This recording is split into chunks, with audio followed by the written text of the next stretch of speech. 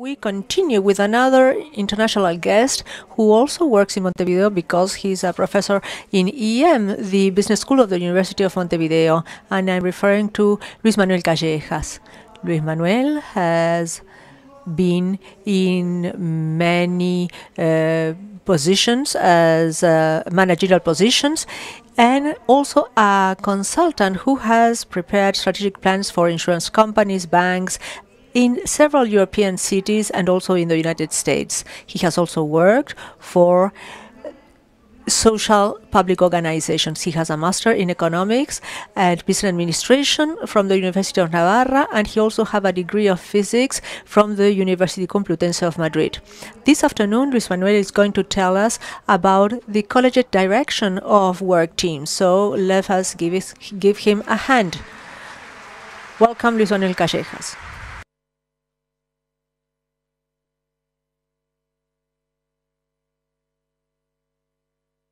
Good afternoon, good evening to you all.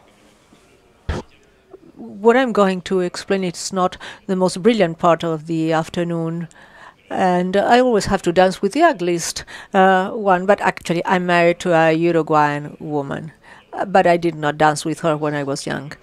So this is probably not something that you will find exciting, but sometimes it's necessary to delve into these things. We are going to discuss something that has been long forgotten, which is collegiate management. And we are going to apply this to work teams, not any kind of work teams, but managerial work teams that work as a committee, and more concretely, that work in what is called in Great Britain project managers, which are the directors not of projects but of a set of projects. As this is, as I said, is very boring, I'm going to go as fast as possible. Supposedly, you should see the next screen. I'm trying enter, F5. Okay, it works beautifully. You know that everything that can go wrong will go wrong, and at the worst possible moment. Well, that's very impressive. It's gone ahead of itself. So this is the topic. What you extract from here in half an hour, hopefully, will contain 2 or 3 things that are different from the usual beliefs about these work teams. I don't see you, I can't see you, so that's fine. Collegiate government.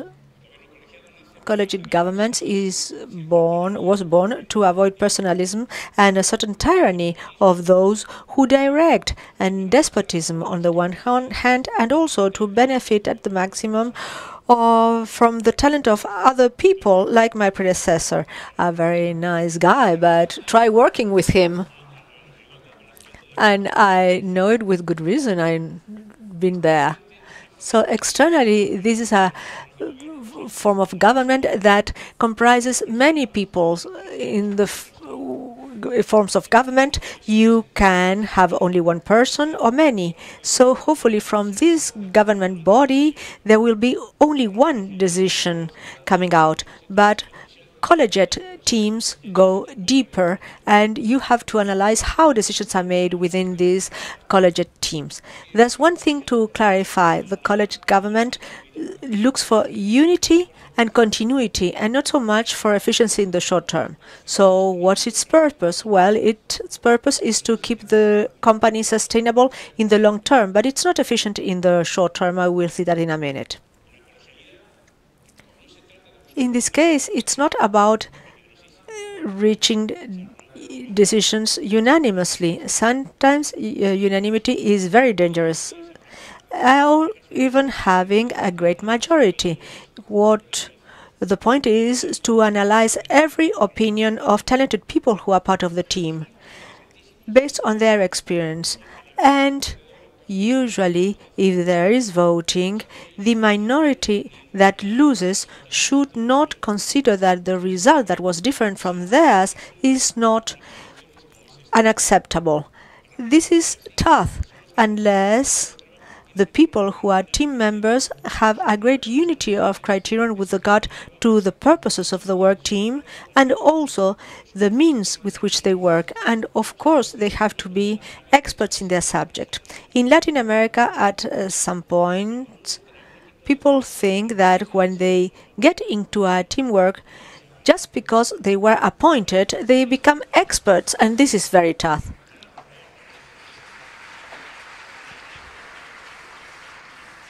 Well, I still have half an hour, so don't waste. Let us not waste our time with applauses. But you can still applaud if you want. Well, the important thing is that collegiate government is more aristocratic than democratic when you are working in a team. But to some modern and Latin American ears, democracy is the summum, or something that is not called democratic is not good. It's very bad, in fact. When I say aristocratic, I don't mean blood aristocracy or aristocracy of the money. I mean the aristocracy of talent. So you work well in a collegiate team with people who are aristocratic in the old Greek sense, which means that they have aristeia, that they are the best, that they have been members of a task force and have been chosen because they are the best at hand for a certain project and that they are together. So this should give everybody a unique work experience. It's one of the most pleasant things you can have, but you have to have a certain aristocratic air. So in order to have all these work well, you need expertise, also unity in the goals to be achieved. And again, by the mere fact of being appointed, you are not an expert. There are things that can be improved with time, but when you get to a team, you have to know everything. You don't improve within these teams. You apply there everything you know. On the other hand, it is necessary to have a certain work habit and to be able to follow the rules of the game in this kind of work. The Italians call it humildad participatrice, which is to be humility, which is at the same time participative. So it's not about saying, I have the truth and I have a shortcut. Being humble is very important. Not the most important feature, but still important. And it is very important to establish which are the subjects that are not going to be broached, either because they are too complicated, for example, the Constitution, if we are discussing public policies, or because they are not operational, that is to say, very small details. So it's for a limited range of topics which are high up but not at the highest level. And in any case, it is necessary to have security mechanisms in order to, or when you want to go back to order, that is to say, you can be doing things in a fantastic manner, but there may be someone who takes advantage of the situation, so there have to be some regulations in order to go back to order. My mother would tell me, my son, firstly persuasion and then percussion. She almost never percuted on me, but still.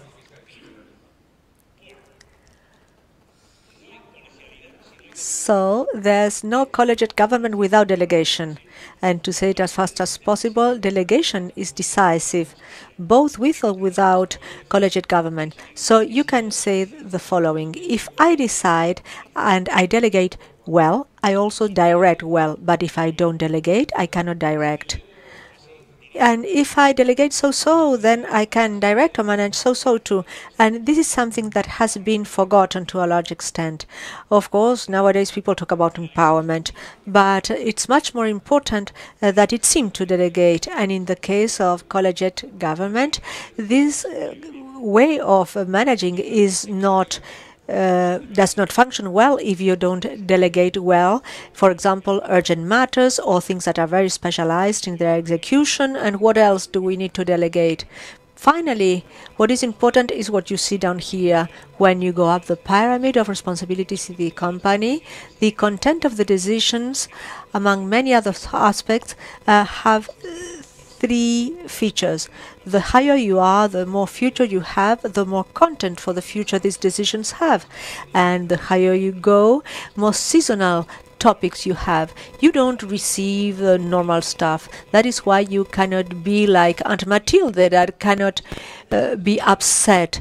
Many times the consumption of volume is terrible in these teams. So you have to focus on the future. You have to focus on what is not ordinary but exceptional, and then to focus on what is ethical and not technical. For example, President Obama, Barry, he's not asked, Barry, what missile should we fire today in Baghdad? He will probably say, well, ask Michelle, she's the one who knows. But that is something that the Secretary of State or Secretary of Defense will decide. He will be asked, is it right or not to do something in this regard today? Well, in order to have a good head, so as to focus on ethical issues, it is necessary to be able to delegate what is technical. And you have to delegate what is ordinary in order to focus on the exceptional. And you cannot focus in the future on Saturday mornings. You have to delegate the questions of today.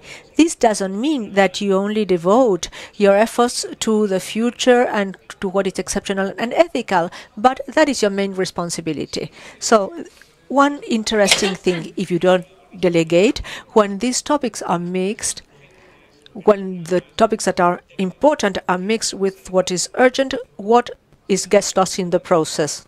What loses is the long term. So you can say this for Uruguay or many other places. In Uruguay, companies are much better managed than governed. You deal better, fortunately, with operations.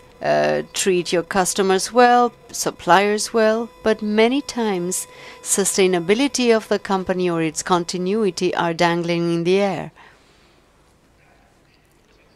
What we need of a president that works in a collegiate is to treat correctly and differently depending on the different issues that are tabled. There is democratic treatment for subjects. For example, whatever the subjects, you have to decide on them as you go. You will decide whether you decide, you vote, or you make decisions in a more personal way as an expert. If it's something technical, if there's a fire, you won't call the board, you will call the fire brigade to know what to do, or where is the fire extinguisher. Some are more complex decisions, but the democratic is for secondary things, not for expert things. For example, what's the dessert tonight for dinner? Could it be fruit or salad? So the collegiate treatment is reserved for other activities. We have a dialogue, we have an exchange, because if you don't listen good technicians, you are not going to be successful. So the collegiate is for serious things, for corporate government, etc. So if your reflexes are not good, and you deal with simple things in a very collegiate kind of way, that's not correct. A good example of things that do things the other way around was Philip II. He dealt with important things in the same way as he dealt with unimportant things. So what do we need to chair or be members of this type of government? An Italian friend of mine says we need people who are clear and elegant. Clear in mind to distinguish the best solution for each topic. And personal elegance, when I asked him, why personal elegance? He was very elegant himself. And he said, because we all make mistakes. You cannot be that cruel with your colleagues, because you will make many mistakes, as many as your neighbor. So this mental clarity and this personal elegance is important. If you're not clear, you cannot work there. And if in the company, one of the 5 of the government leaves and you have to substitute for them, and no one has these characteristics, and one is almost perfect but a little confusing, that position should be considered desert. We need ad hoc people or no people at all. So let's talk about steering committees. What are steering committees? This is an institutionalized group.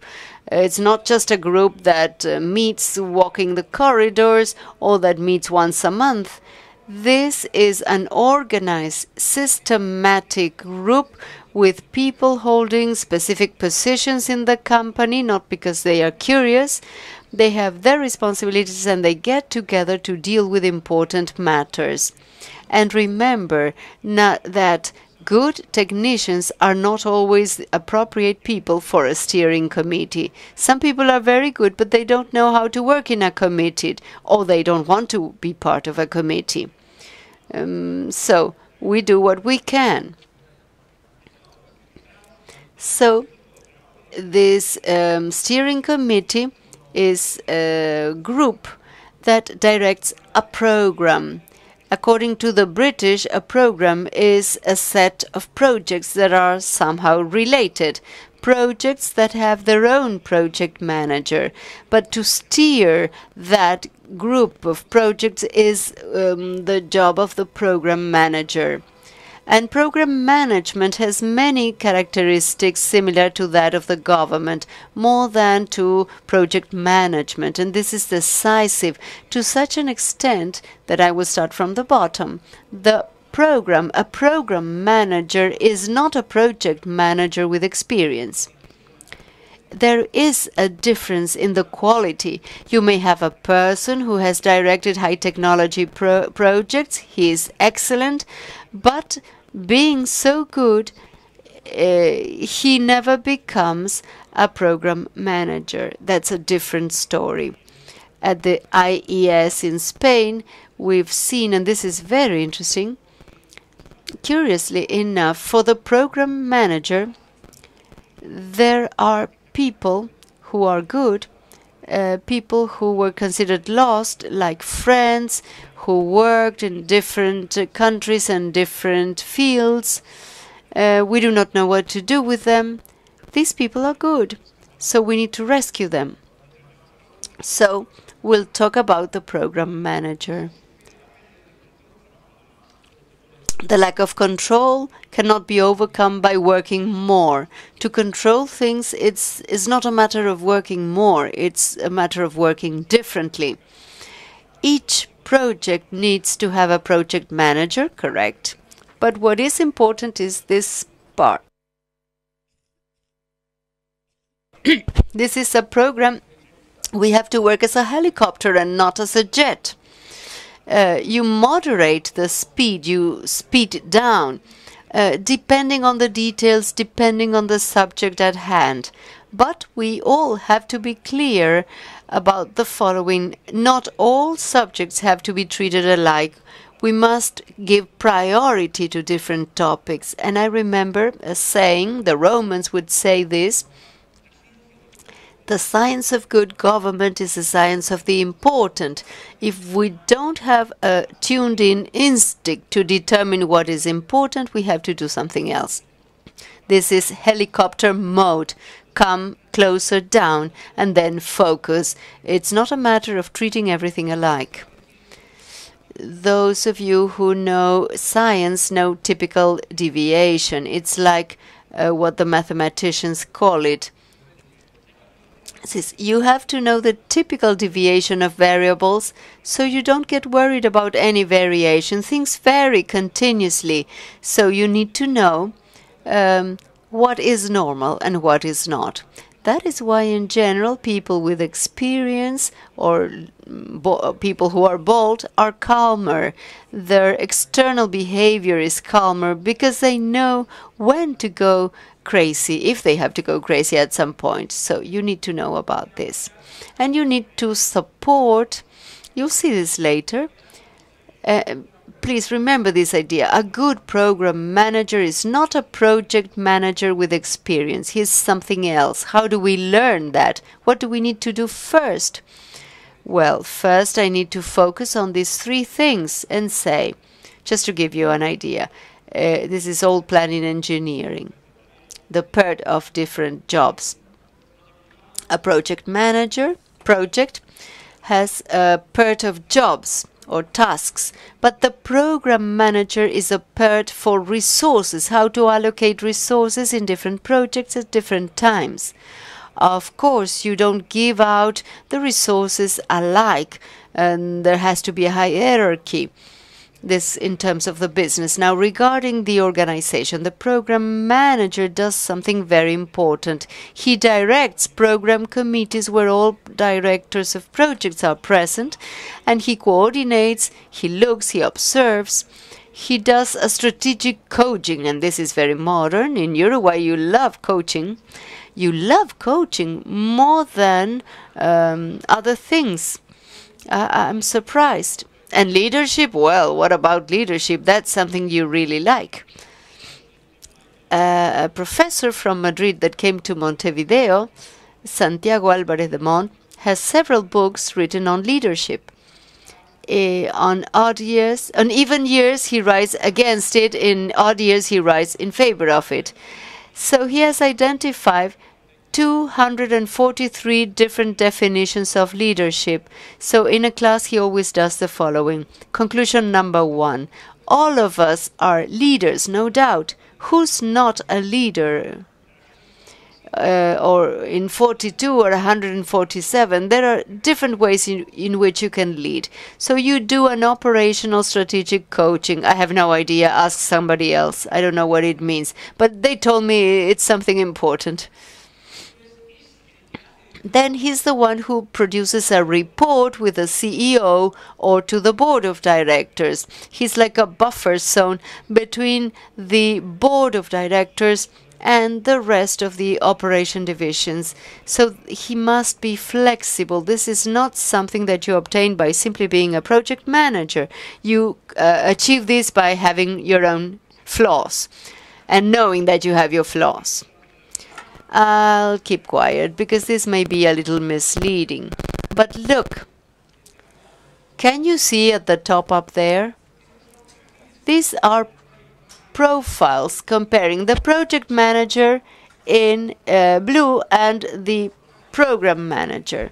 The program manager has 5/5.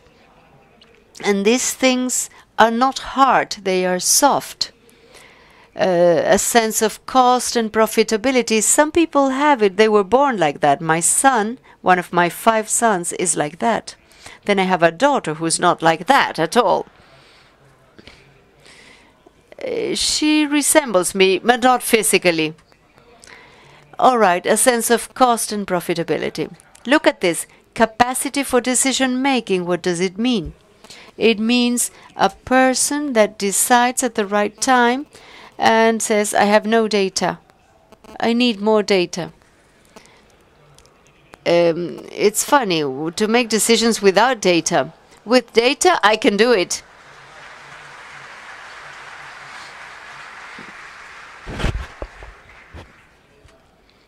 You'll see. Able to set priorities. Is that so difficult? First, you have to decide what comes first, what comes later on. But the most difficult thing is to maintain that, to sustain that. That's a priority. This goes first, this goes last. What does it mean? If the first is not there, the second should not be there. So conceptually speaking, this is a stupid thing to say, but very difficult to achieve. So the second virtue or skill of a person who steers is the strength. In Colombia, they say to be intense. You have to be intense. Vision of a whole. Oh, that's very easy. Just stand here, close your eyes, close this. I can see you. That's my vision of a whole group. No, that's not easy. Some people go to details. Others like it to go more global, and you need a little bit of both. Footnote. Small people look at the global, and girls go to the details. So we need teams to have more than one girl in a team. in Europe, they are fighting for that. 17% of women in the boards. In the year 2020, it will be 20%. Knowledge about the company. Is it so difficult to know the company? This means the following. Know how things are done in this company. That's not in writing, and in the case of Uruguay, even less, because your companies, with a few exceptions of course, are small companies, young companies. They don't write things down. That's why you like to manage change. It's so easy to change things that are new and young. Can you imagine changing IBM or Siemens? Why not BMI and instead of IBM? Come on. So I draw your attention here. If you have poor grades, technical competence, that's not necessary. Don't worry. It's even dangerous. And then look here. Capacity to relate to others. So don't run away from people. You cannot spend all day watching your PC screen. In your personal experience, every time we went to the shop floor of the factories and went down to the reality of the company, for every hour of work invested physically, we had 16 hours in the office and not the other way around. So it is important to touch things now more than ever, because we have very good and quick information systems. They are so good, but not perfect, that they mislead you. You think that things that come so quickly and so rapidly, that's the truth, but that's not always the truth. It's part of the steering work, and you need to check those information systems to see if they are correct, but you need to go down to the shop floor and see if things are real. Don't wait for red numbers to appear before you take steps. If we are caught at it and we are in red numbers, the situation is probably irreversible. Imagine a restaurant and the chef directs according to results. That's not possible. He should look at the customers instead. And how do you learn all these things? Well, I will be punctual. Mr. Callejas was punctual. Wow. 10, 20, 70. This is an algorithm that is used in Switzerland. What I'm saying, to learn to direct in a collegiate, to govern things, only in 10% you learn in schools or courses such as this one, in a business school or whatever. 20% you develop if you work side by side with a boss that wants to teach you and you want to learn. That is why we say that you learn managing like this by contagion. So those of us who have directed something, we learn as we study, but then we learn more by practicing. If we have doubts, we say, I'll do like my first boss. What would he do? Or my father, what would he do if he were faced to this? We learn from each other. That's why we need to be sociable. 10, 20, 70. 70 means time. Time working in a company, but not letting time go by, using a more scientific attitude. If I did this, what happened? If I did the other, what happened? Not just let time go by, because time is influential. With all these things you can develop if you have a minimum of innate qualities. You can learn about government and management of companies, and there are 3 legs. One leg is knowledge. You can learn a lot and very quickly if you go to a business school. Attitudes. This is not learned so quickly or so well. And innate qualities are slightly developed. So those of us who are here, well, maybe some of us are excellent technicians or have talent, but you need a minimum of innate qualities. Mention one, please. Innate means It comes with you, but it can be developed very little. For example, the capacity to act under uncertainty. A good intellectual will say, no, I'll stand here. I don't know what to do. Let the news tell me what is going to happen. That's why we need to be very careful. I have from 2 very good schools, but other schools are not so good in the world. If innate qualities are so important, one business school that does not select the students well would be a fraud. Why? Because this is something that you do not develop. So if you see a school that says we teach leaders and then we have our cousins who are fools going to that school, well, don't trust that school. Let me finish saying that this sort of direction or leadership is learned by contagion. And those of you who are directors, do direct. Speaking aloud, speak aloud, say what you're thinking at every single minute so your collaborators can understand why you chose to do that. Worry about that and not about something else. This is how we have all learned to direct. In Spain, they told me, I've been a cook before I was a friar, because I deserted from direction and I like to teach. This is what I like to do. That's all. It has been a pleasure to teach you, and I wish I had the opportunity to interact with you as well.